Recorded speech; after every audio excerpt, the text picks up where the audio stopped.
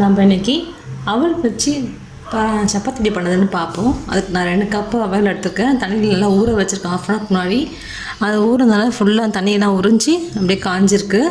நீங்களும் of an hour முன்னாடி தண்ணி ஊற வச்சுருங்க. ஒரு 3 உருளைக்கிழங்கு எடுத்துருக்கேன்.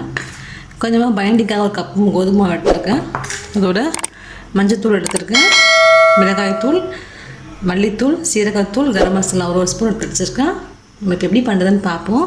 ஃபஸ்ட்டு இது நல்லா ஸ்மாஷ் பண்ணிக்கோங்க. உருளைக்கிழங்கு நல்லா வேக வச்சு வச்சுருக்கேன். நல்லா நம்ம ஸ்மாஷ் பண்ணிப்போம். ஃபஸ்ட்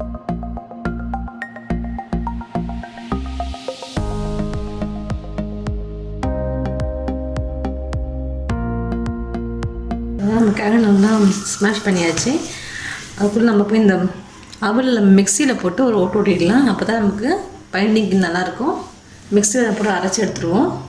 பாருங்க, நம்ம அரைச்சிட்டோம். இது நல்லா மைய வராது, இப்படி தான் இருக்கும். உங்களுக்கு அரைச்சிங்கன்னா நம்ம இதில் எல்லாம் சேர்த்துக்கலாம். மஞ்சத்தூள் 1/2 ஸ்பூன் ஆட் பண்ணிக்கிறேன். அப்படியே மிளகாய்த்தூள் ஆட் பண்ணிக்கிறேன் 1 ஸ்பூனு. 1 ஸ்பூன் மல்லித்தூள் ஆட் பண்ணிக்கிறேன். இந்த கரம் மசாலா 1 ஸ்பூன் ஆட் பண்ணிக்கிறேன். சீரகத்தூள் ஆட் பண்ணிக்கிறேன். தேவையான உப்பு ஆட் பண்ணிப்போம். உப்பு ஆட் பண்ணிக்கலாம். இது நல்லா நம்ம மிக்ஸ் பண்ணிக்கலாம் ஃபுல்லாக ஃபஸ்ட்டு. ஏன்னா கிழங்கு இருக்கிறதுனால கொஞ்சம் ஈரத்தன்மை இருக்கும் நமக்கு.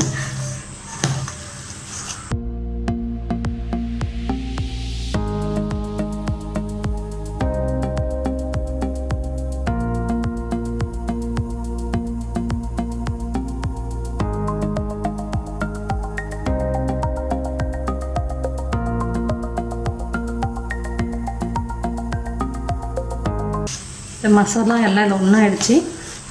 இப்போ இந்த இதில் இருக்குது. நம்ம இப்போது கோதுமை மாவை ஆட் பண்ணிப்போம். அதில் அப்போ தான் நமக்கு ஊட்டத்துக்கு நல்லா இருக்காது தான். இப்போ கோதுமை மாவு நீங்கள் மைதா வேணால் தான் ஆட் பண்ணிக்கலாம். தண்ணியெல்லாம் எதுவுமே ஊற்ற வேணாம். நீங்கள்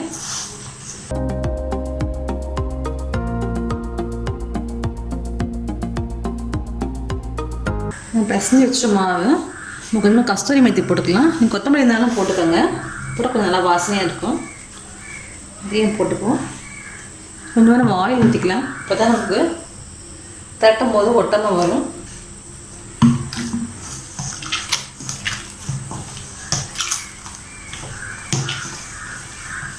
ஏன்னா கிழங்கு எடுக்கிறதுனால உங்களுக்கு ஒட்டும். அதனால் நீங்கள் கொஞ்சம் ஆயில் போட்டுக்கோங்க.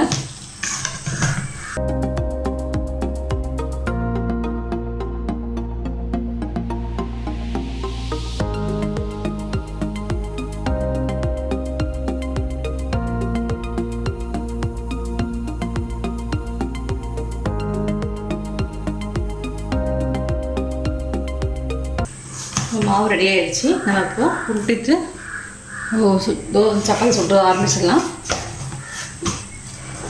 பாருங்கள், இந்த ஒர்க் பண்ணி வச்சாச்சு. மாவு ரெடி ஆகிடுச்சு. நம்ம திரட்டிக்கலாம். இப்போது அது மாதிரி சின்னதாக ஒட்டிக்கலாம்.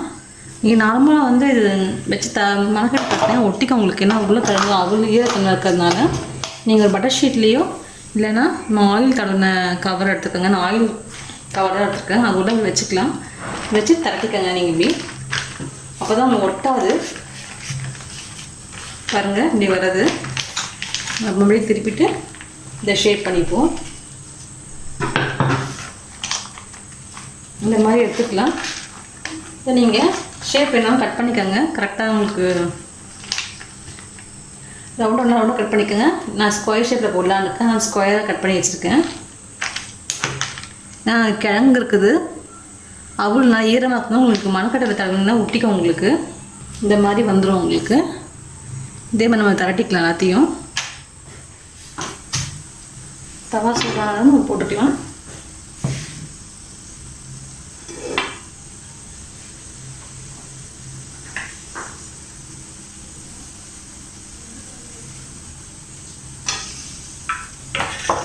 எண்ணெய் கொஞ்சமாக ஊற்றிக்கலாம் மேலே.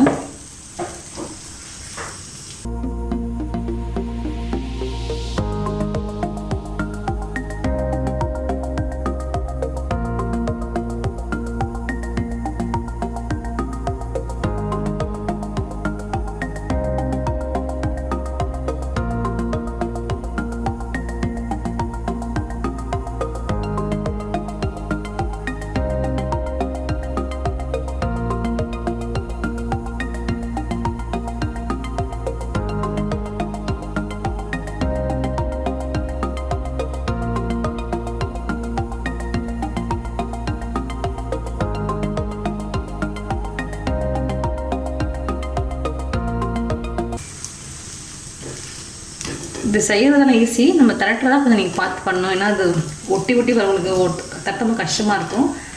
பட்டர் ஷீட்டில் தட்டிக்கங்க. அப்படின்னா ஆயில் கவர் பண்ணாலும் நல்லா வரும் உங்களுக்கு. பராத்தா நம்ம ரெடியாக ஆகிடுச்சு, நல்லா ரோஸ்ட் ஆகிடுச்சு.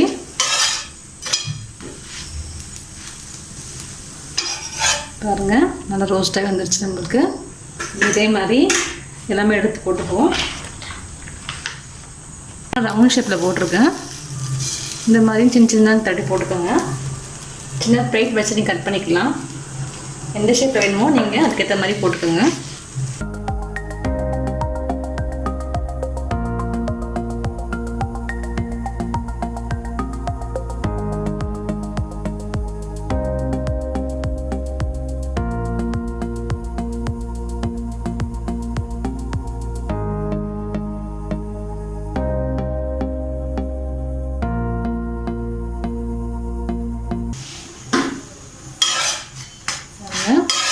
நல்லா ரோஸ்ட் ஆகிடுச்சு, எடுத்துக்கலாம். இப்போது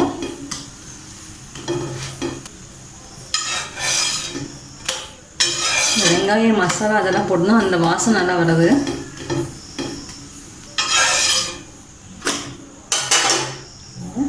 இதே மாதிரியே நம்ம போட்டுக்கலாம். ஹாய் ஃப்ரெண்ட்ஸ், நம்மளுடைய பராத்தா ரெடியாக இருந்துச்சு. திரட்டாது கொஞ்சம் டைம் எடுக்கும், பொறுமையாக செஞ்சிங்கன்னா இது நல்லா அழகாக வரும். இதை நீங்கள் பெருசாகவும் திரட்டிக்கலாம். நான் சின்ன சின்னதாக ஒட்டி போட்டிருக்கேன். நீங்கள் பெருசாகவும் திரட்டிக்கலாம். இது கூட நான் இன்றைக்கி கோங்குரா சட்னி வச்சு சாப்பிட போகிறோம். நீங்களும் ரெசிபி ட்ரை பண்ணி பாருங்கள். உங்கள் கமெண்ட்ஸ் சொல்லுங்கள். தேங்க்யூ.